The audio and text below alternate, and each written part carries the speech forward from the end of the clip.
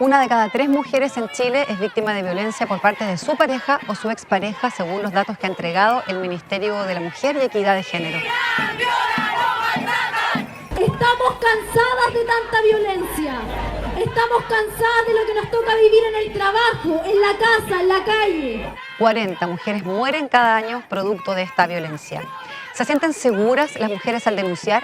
¿Funciona el sistema en nuestro país?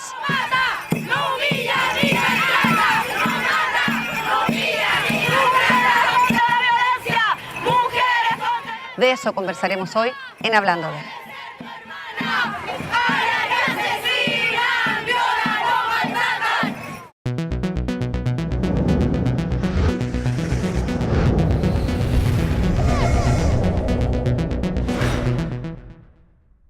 Y para hablar sobre este tema estamos junto a la senadora Adriana Muñoz. Senadora, muchísimas gracias por acompañarnos nuevamente aquí en Hablando de. Gracias a ustedes por invitarme. Y también está la comisario de la PDI, Pamela Torres. Ella es del DACOM, que es un departamento que depende de la Jefatura Nacional de Delitos contra la Familia, Pamela. Un poco largo, pero lo quisimos decir para que además la gente entendiera el contexto en el cual vamos a conversar hoy. Gracias por venir. Gracias a ustedes por invitarme. Me gustaría que conversáramos sobre este tema de la violencia contra la mujer en un contexto que quizás son cifras que no se entregan por parte del CERNAM y que quizás alarman mucho más a la opinión pública cuando se escuchan desde el Ministerio del Interior. La Subsecretaría del Interior entregó una cifra que señala que la violencia intrafamiliar supera en 4 veces los robos de vehículos y en 8 veces los delitos con armas. Y esto parece que ha hecho encender un poquito más la preocupación de la ciudadanía por el tema de la violencia contra la mujer. Me gustaría que pudiéramos comentar, yo sé, senadora, que usted ha sido una de las precursoras en el país como parlamentaria en los proyectos de ley ya desde 1990, intentando introducir estos temas al menos en el Parlamento, pero todavía no hay un proyecto que hable de la violencia de género, no solamente de la violencia intrafamiliar. ¿A qué cree usted que se debe que no hayamos podido tener todavía un proyecto más completo, pese a que, insisto, desde 1990, que se está intentando en el Parlamento? Bueno, Mónica, esto es una situación, un drama que está enraizado profundamente en la cultura.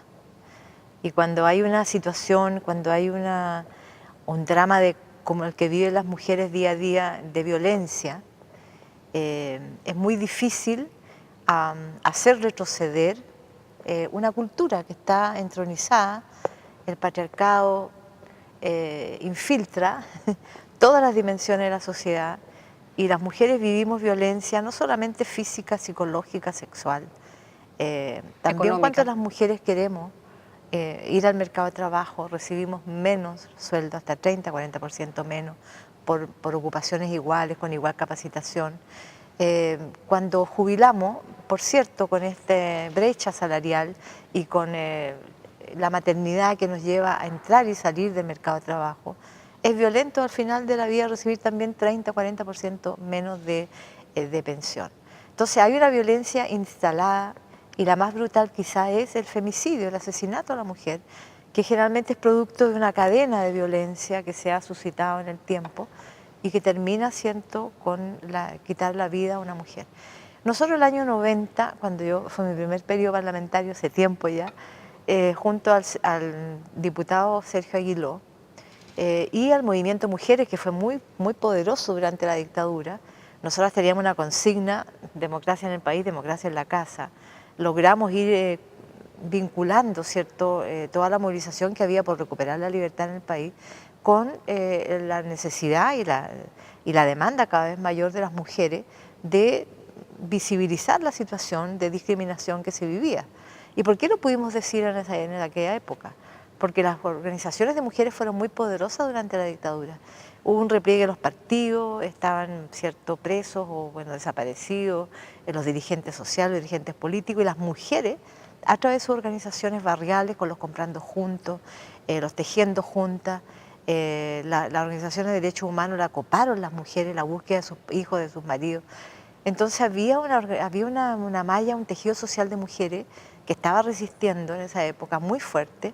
Y cuando viene esta posibilidad de transitar a la democracia, de empezar a abrir los partidos, el debate, las mujeres nos fuimos infiltrando en los partidos y a poner la agenda de género en lo que iba a ser la transición a la democracia en aquella época, por el año 86, 87, 88.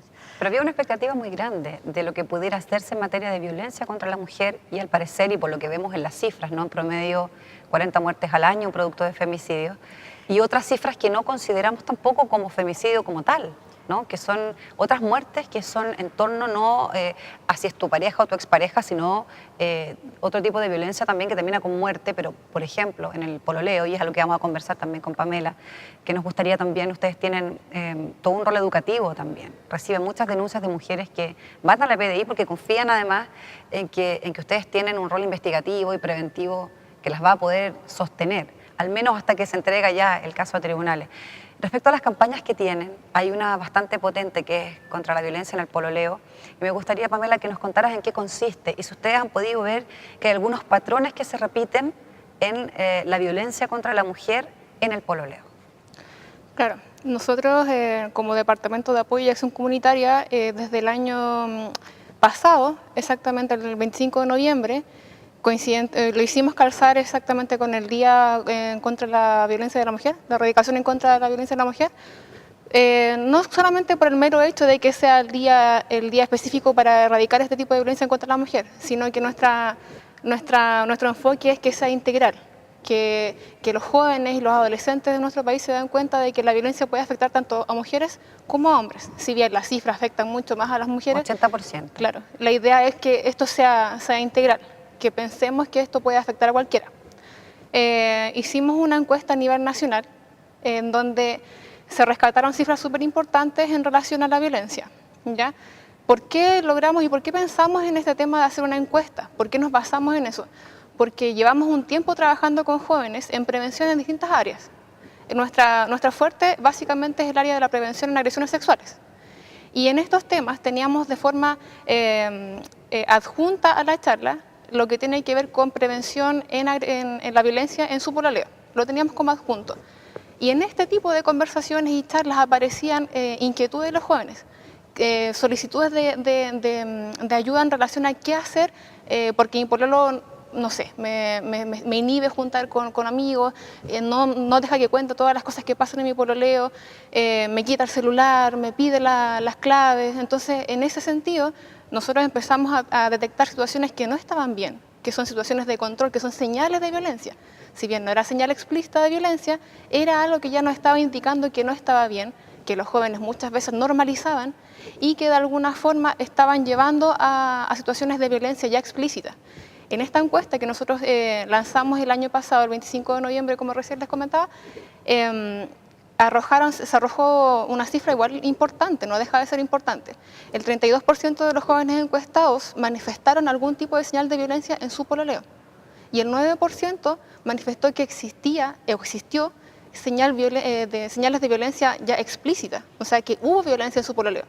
Estamos hablando de un universo de 4.700 o más de 4.700 jóvenes encuestados a nivel nacional. Entonces, ¿esto qué nos indica? Que es una señal de alerta.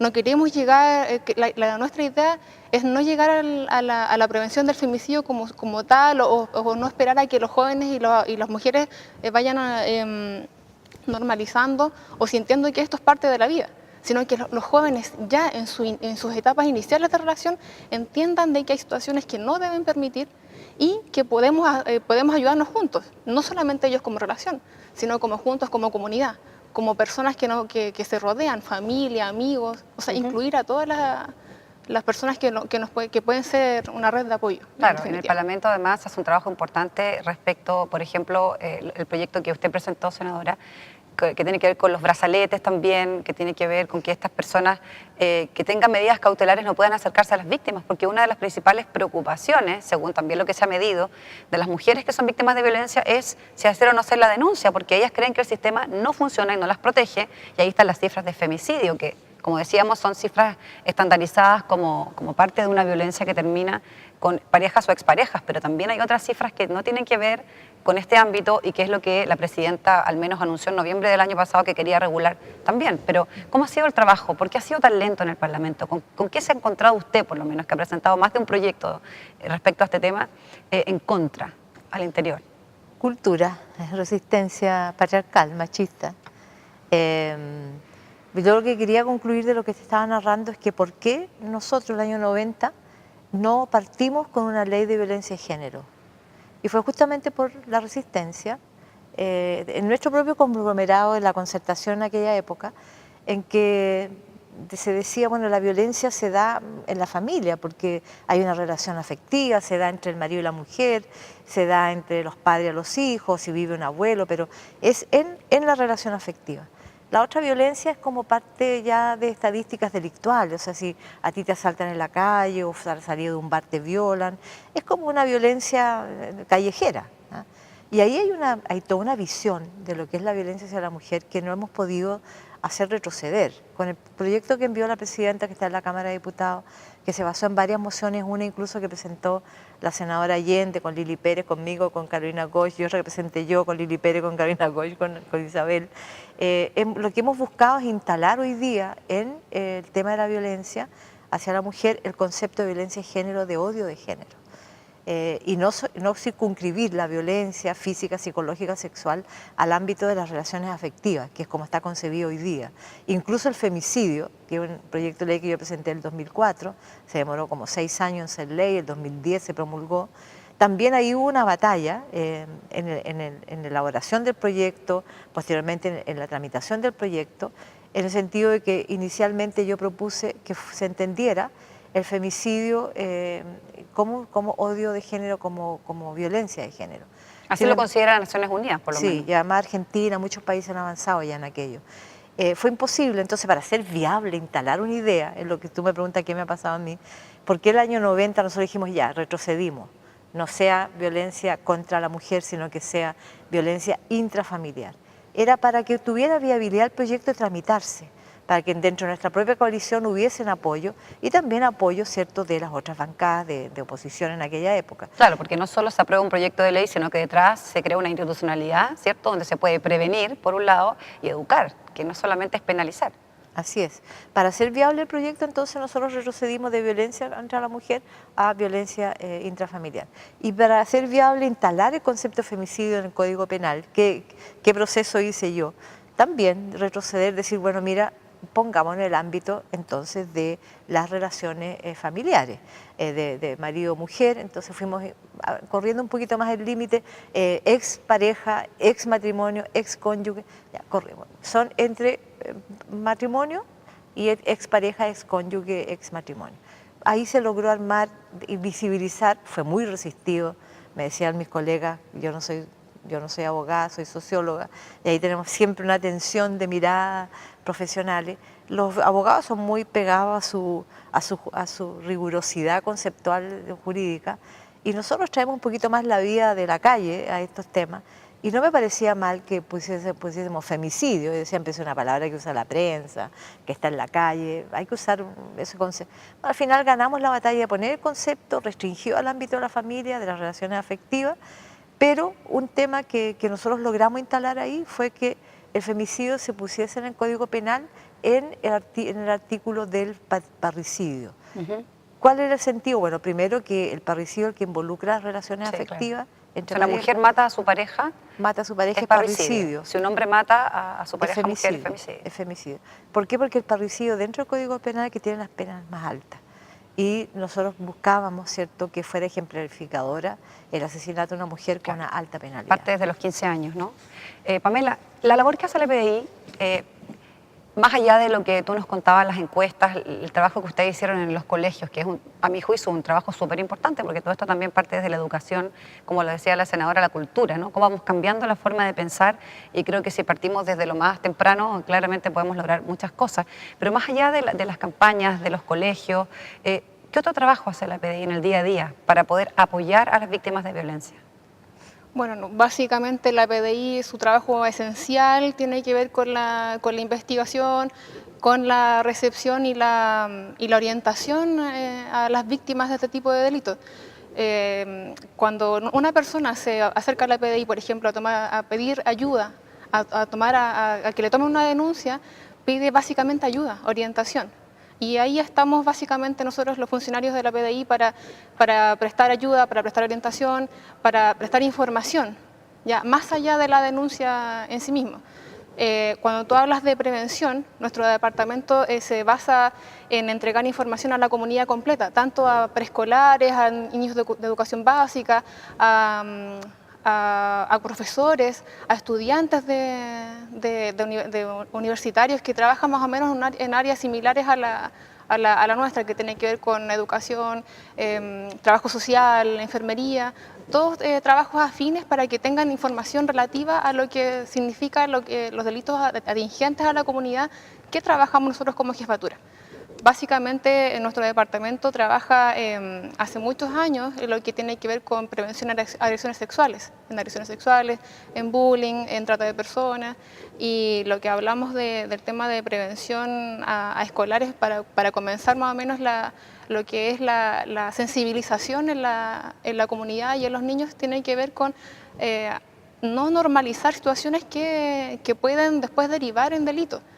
Cuando hablamos con los adolescentes del tema de agresiones sexuales y le incluimos el tema de la violencia en la pareja, es justamente para que no derivemos en las denuncias. Si bien nuestro trabajo esencialmente tiene que ver con toma de denuncias y orientación a las personas que ya le han ocurrido situaciones graves de delito, nuestro fin también, por otro lado, es evitar que esto pase.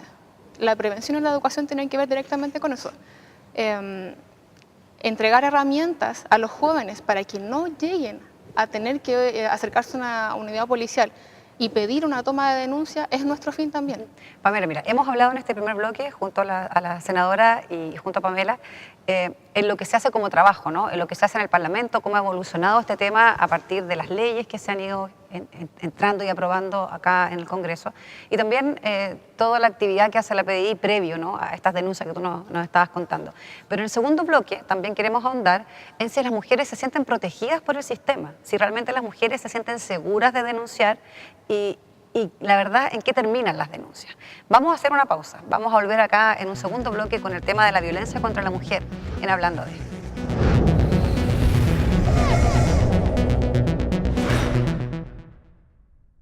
Es muy difícil hacer retroceder una cultura que está entronizada.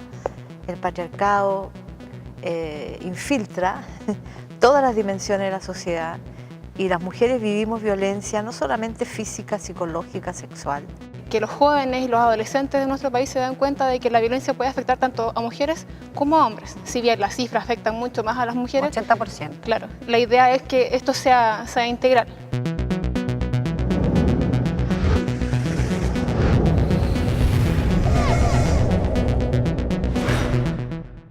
Estamos de vuelta hablando en esta oportunidad sobre violencia contra la mujer. Dejábamos planteado el tema antes de la pausa respecto a el destino que tienen las denuncias y si es que las mujeres se sienten protegidas por el sistema. Y quiero tomar palabras de la propia Fiscalía, que ha señalado que en casos de violencia intrafamiliar no se alcanza ni siquiera un 10% de sentencia condenatoria. Por lo tanto, creo que además esto genera que las mujeres tampoco tengan muchas ganas de denunciar. Y quiero poner dos ejemplos concretos. Algo que pasó hace poco en Dalcahue, donde alguien que mató a su pareja tenía 2 órdenes de aprehensión pendientes, vigentes, y esta víctima había hecho 4 denuncias contra él.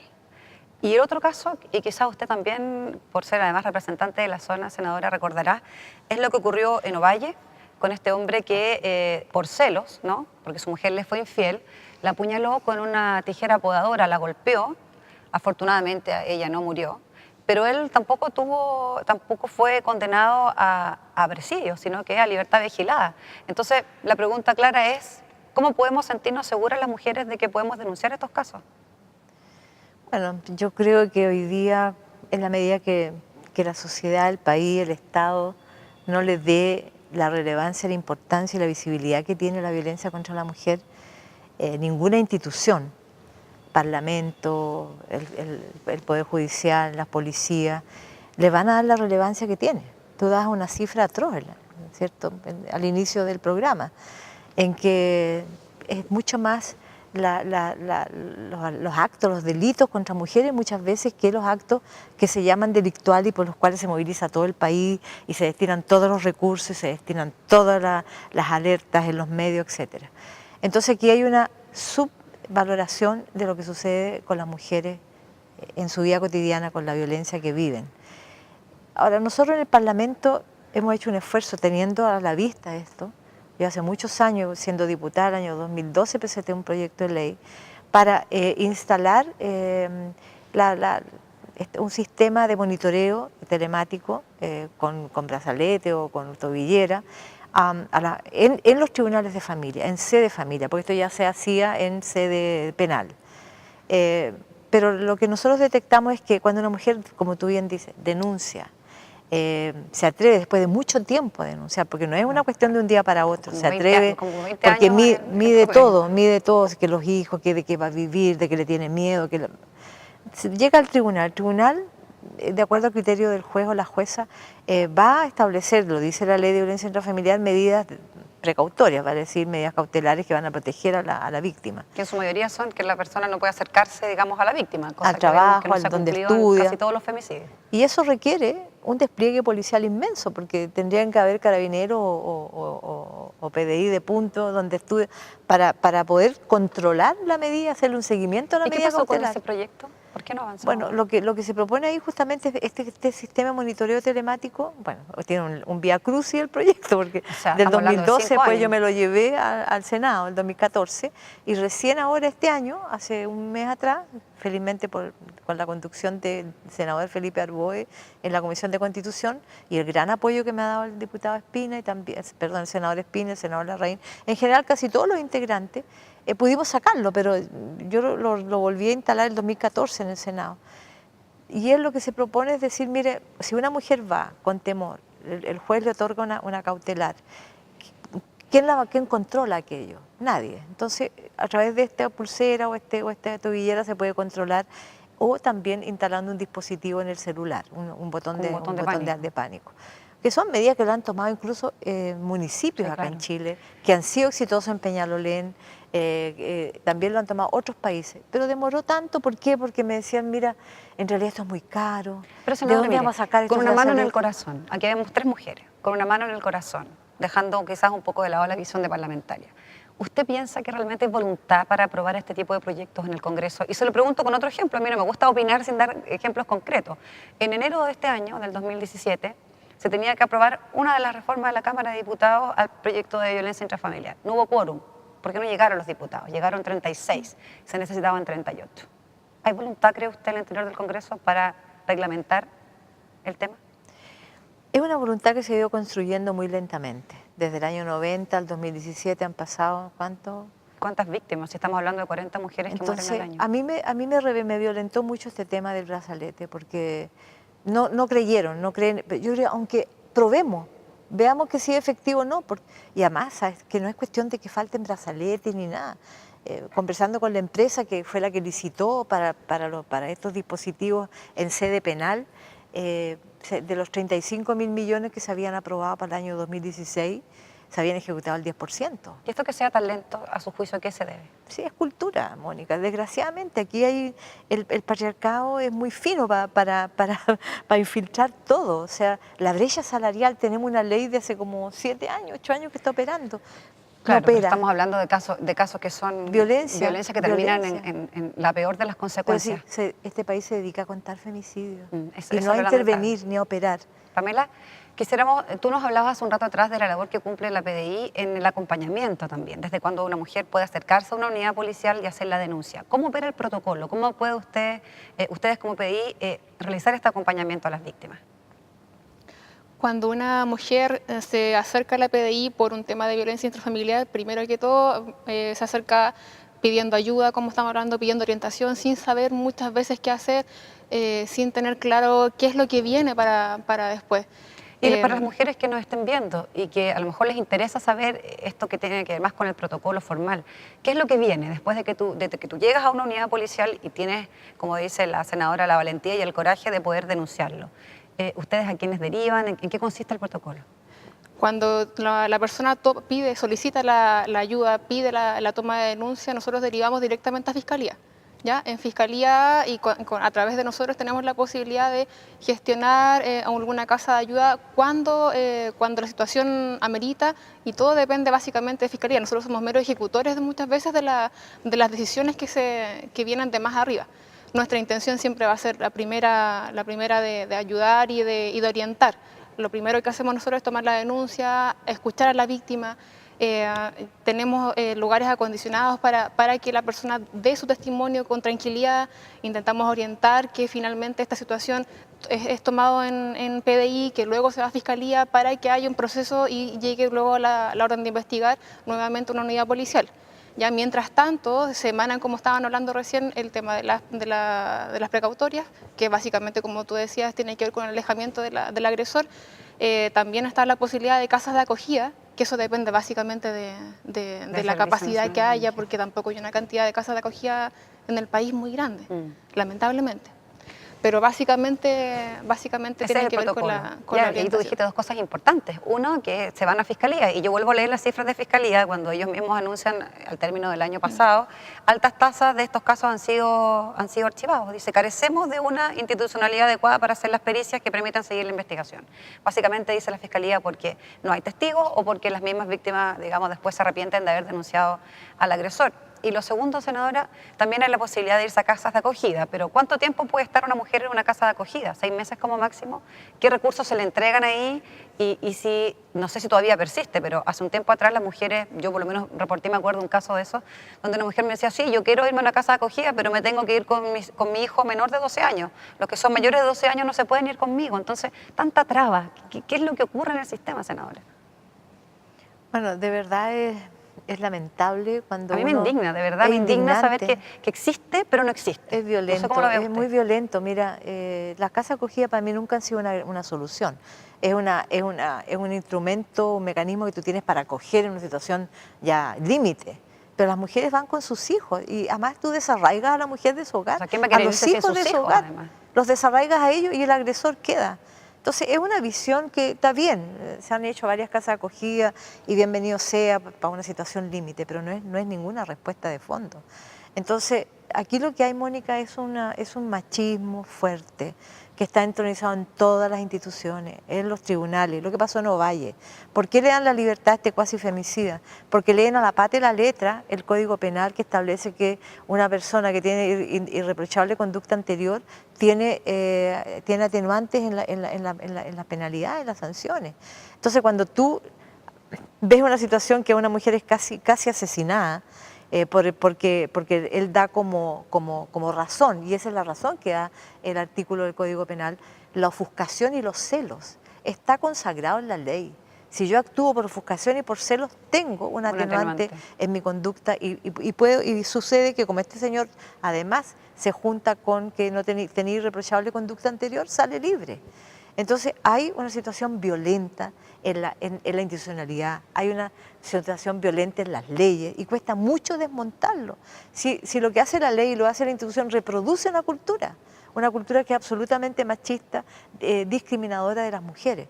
Eso es lo que ha costado todos estos años de democracia, del año 90 hasta ahora, desmontar en la ley. Y los parlamentarios que están para representar a la gente, que es lo que, no sé, muchas mujeres me imagino que votarán por sus representantes también pensando en que van a representar sus intereses, ¿no? Que tiene que ver, por ejemplo, con la protección.